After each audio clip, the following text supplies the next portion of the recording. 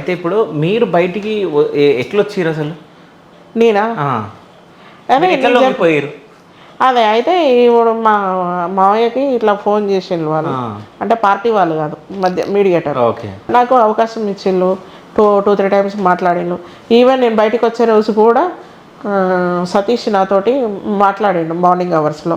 ఇప్పటికైనా నీతో మళ్ళీ ఆలోచించుకో నువ్వు అక్కడ సతీష్ అంటే ఆశన్న. ఓకే.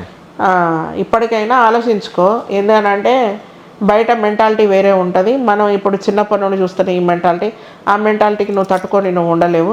కాబట్టి ఇప్పటికైనా ఉంటా అని చెప్పి నిర్ణయం మార్చుకుంటే మళ్ళీ నేను కమిటీతో, ఏజెన్సీ కమిటీతో మాట్లాడి చేస్తాను. లేదు నీ సరెండర్ అవుతావు అని చెప్పి.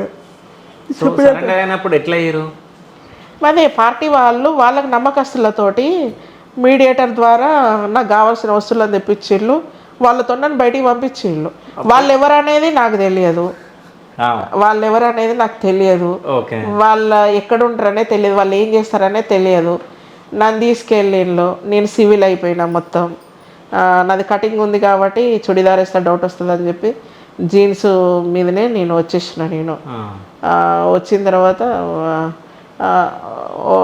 2-3 వెహికల్స్ చేంజ్ అయినాం, అంటే కేర్ ఆఫ్ జగదల్పూర్ నుండే వచ్చేసిన. నేను అడవిలో ఎట్లా నుండి వచ్చిన అనేది అది తెలియదు నాకు.